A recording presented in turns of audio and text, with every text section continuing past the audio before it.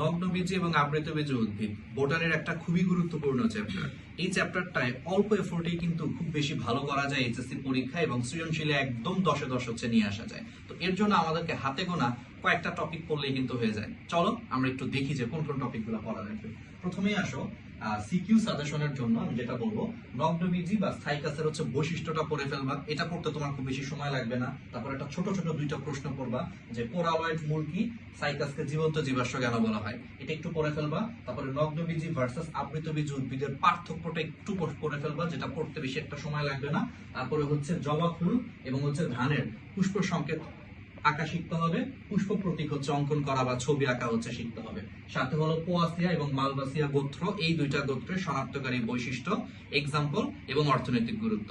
ব্যাস এই কয়েকটা টপিক পড়লে আমি তোমাকে গ্যারান্টি দিয়ে বলতে পারি তুমি এই চ্যাপ্টারের সৃজনশীলে 10-10 তুলতে পারবা।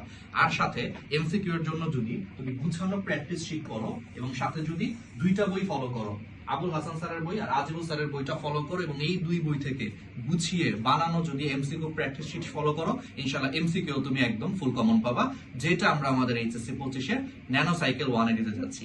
আমাদের এইচএসসি 25-এর ন্যানো সাইকেল 1-এ আমরা ঠিক এই টপিকগুলোর উপরই গুরুত্ব দিব, অল্প এফোর্টে প্লাস নিয়ে আসার জন্য, এবং সাথে এই দুই বই থেকে গুছানো এমসিকিউ প্র্যাকটিস শিট দিব। তো এনরোল করে ফেলো আমাদের এইচএসসি 25-এর ন্যানো সাইকেল 1-এ।